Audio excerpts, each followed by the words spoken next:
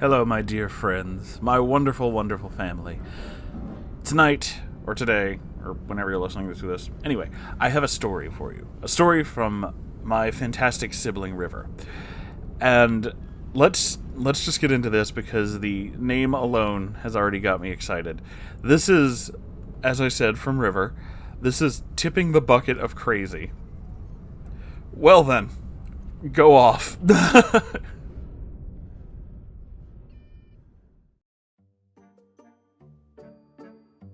Hello to my beautiful and wonderful family. I hope you are all staying well and as healthy as possible.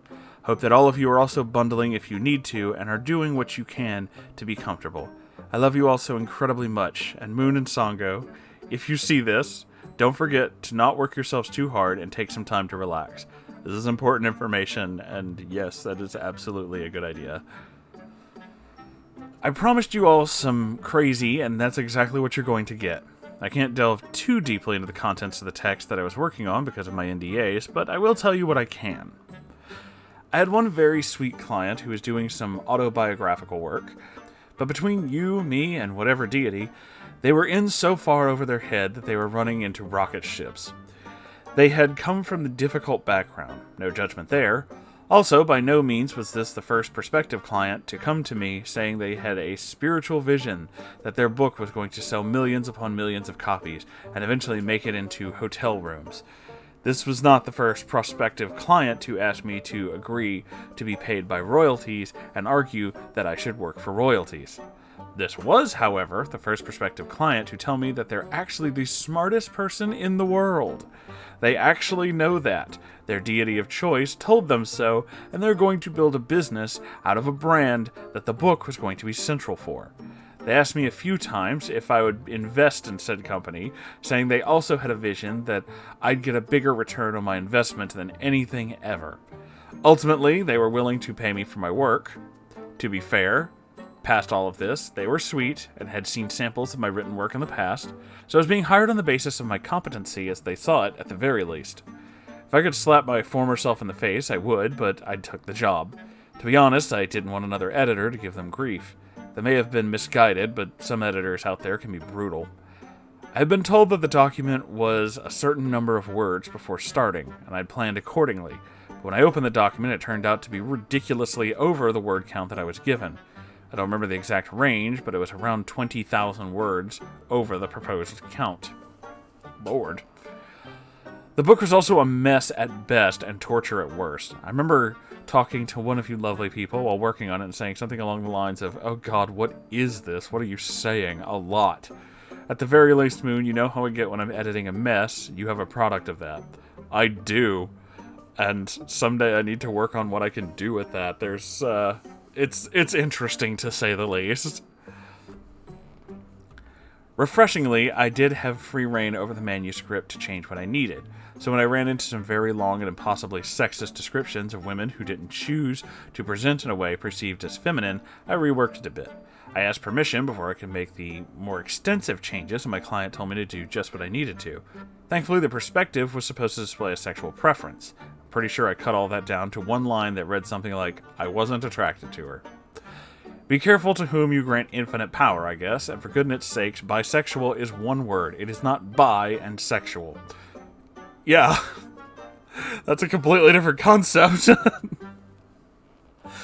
At one point, I was in a group call with my client and a relative of theirs.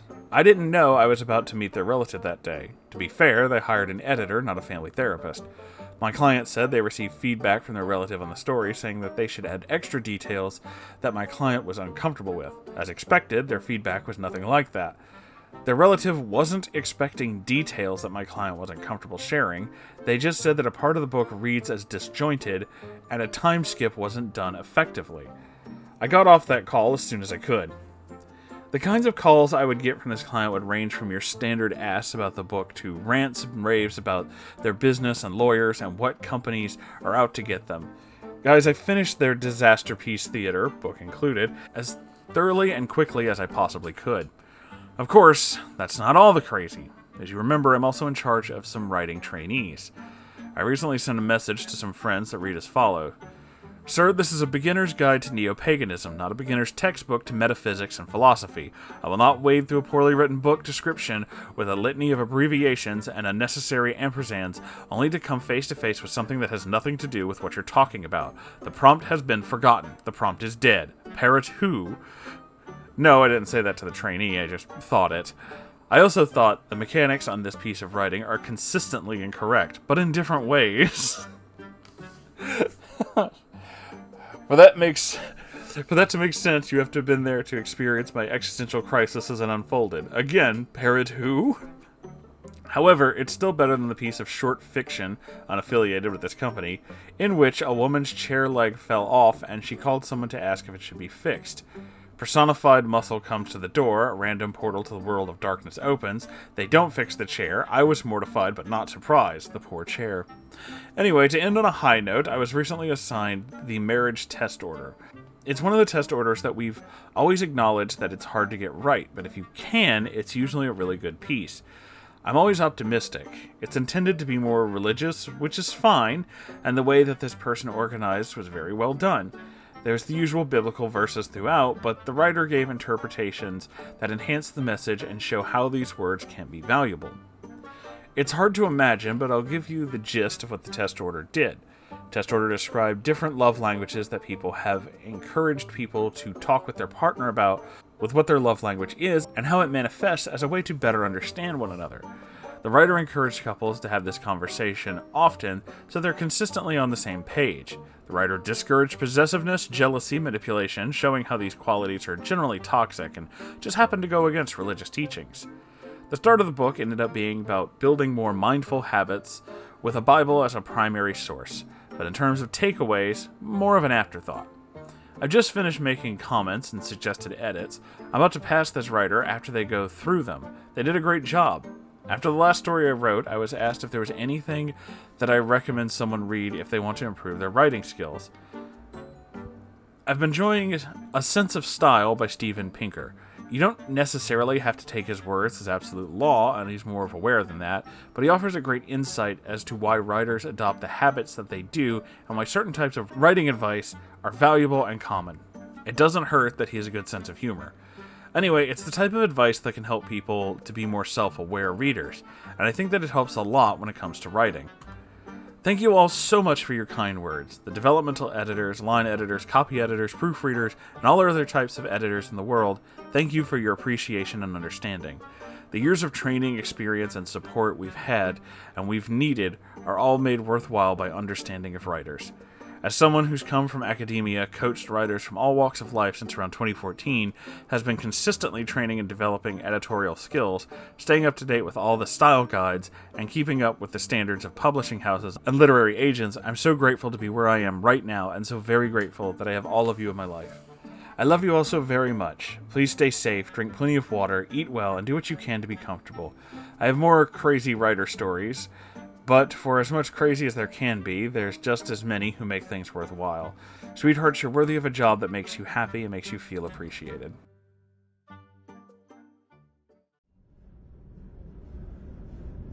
That is all fantastic advice from our friend River. I'm not a professional editor or writer or anything like that. I mean, I have written things in the past. It's okay at best.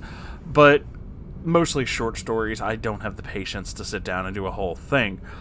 However, that being said, I did learn that one of the things is sometimes you have to go against the contemporary style of what you think you know in order to write something different. I'd never really tried comedy until I started writing my own neckbeard stories, and those came out really well, which surprised me because I never thought I was that funny. Ironic considering what I do for a living now, isn't it?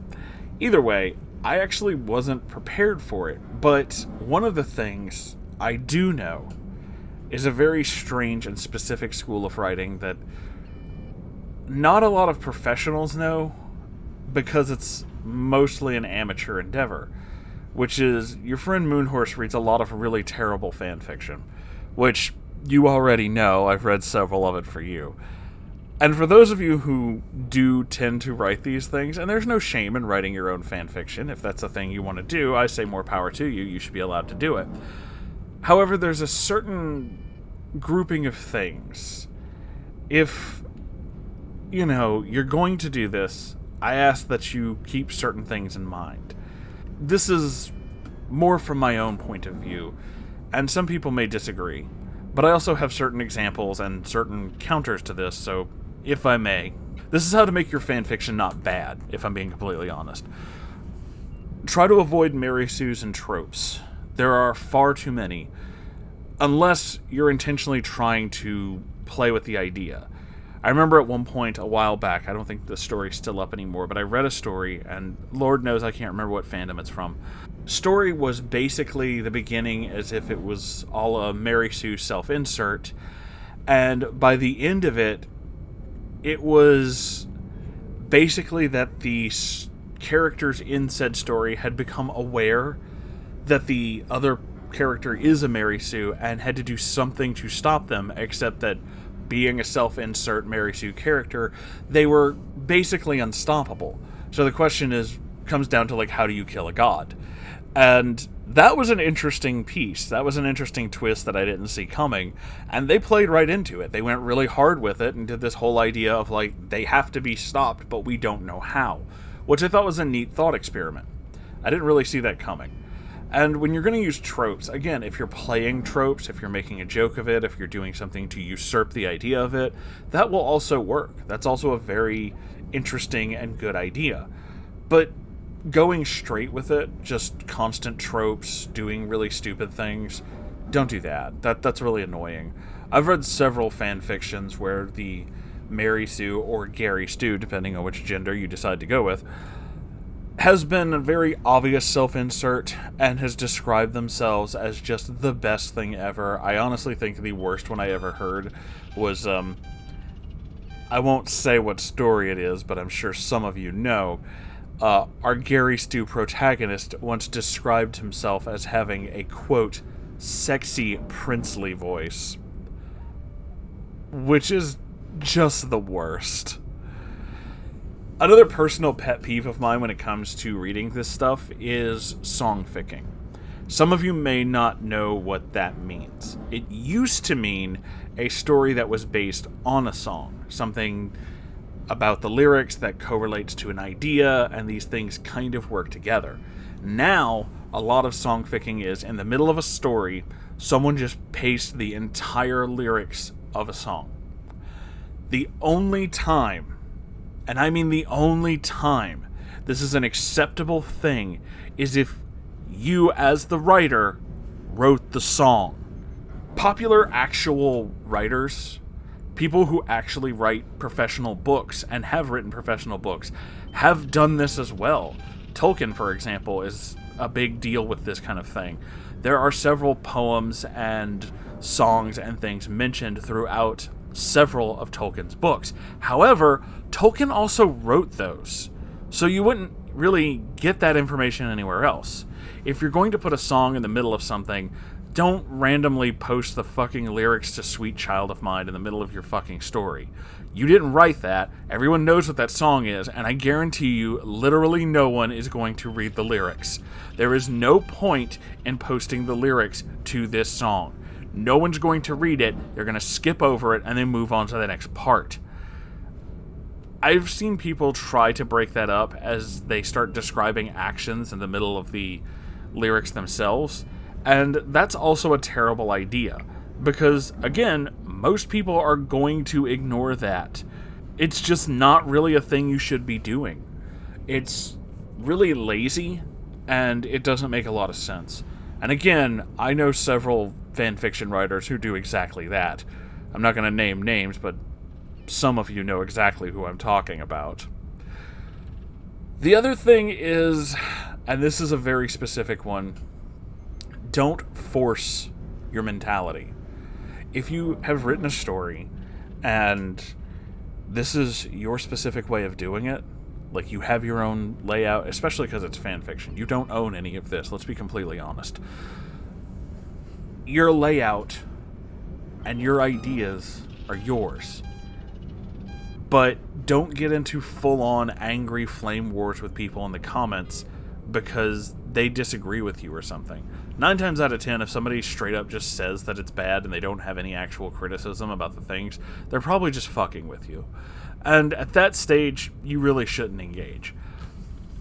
But if you're going to go out of your way to start making specific things about your canon, about your story, all these things have to be 100% the way you decided they have to be, and you argue with strangers on the internet about it, maybe writing isn't for you. Because you're getting far too emotionally invested in this, and that's not healthy. This is still, at the end of it all, a fictional story about fictional people. They do not exist, and there is no reason to get that angry about it. I remember when people would get super pissed about things like the fanfiction community surround like Harry Potter, for example, would get super mad about like, no, you can't write this character and this character. And it's like, they're not real. They're not real. I understand that some people do really weird shipping and some of it's super creepy, but at the same time, I assure you that the wizards don't exist. They're not real, and this does not matter. It's weird, but harmless. Ultimately, that's basically what it comes down to. Weird, but harmless. So, that's just the ones I can think of. And, again, spell check. Otherwise, if you do all these things, if you have your self-insert being an obvious OC, and your OC being all, you, and play directly into tropes, and do the horrible song ficking, and do the horrible angry rants, and go on whole things about how your character's the best character ever, and anyone who thinks otherwise is just the worst ever, and, just go out of your way to be that angry about something that obviously is just a fictional story on a website. I mean, just keep in mind that you can do all those things, but then you might wind up on my channel. And I don't think you really want that. As much as I warn you about how not to write terrible fanfiction, I do adore terrible fanfiction. I think it's hilarious. So, that is where I'm going to end this. I realize we're not talking about professional writing when it comes to me, but then again, when the hell have I ever been professional? I love you all so very, very much. Thank you for watching, and if you would please do the YouTube whatever with the likes, comments, subscribes, all that good stuff. I have a Ko-Fi and a merch store, and I'd appreciate you checking those out, but if you can't, totally understand.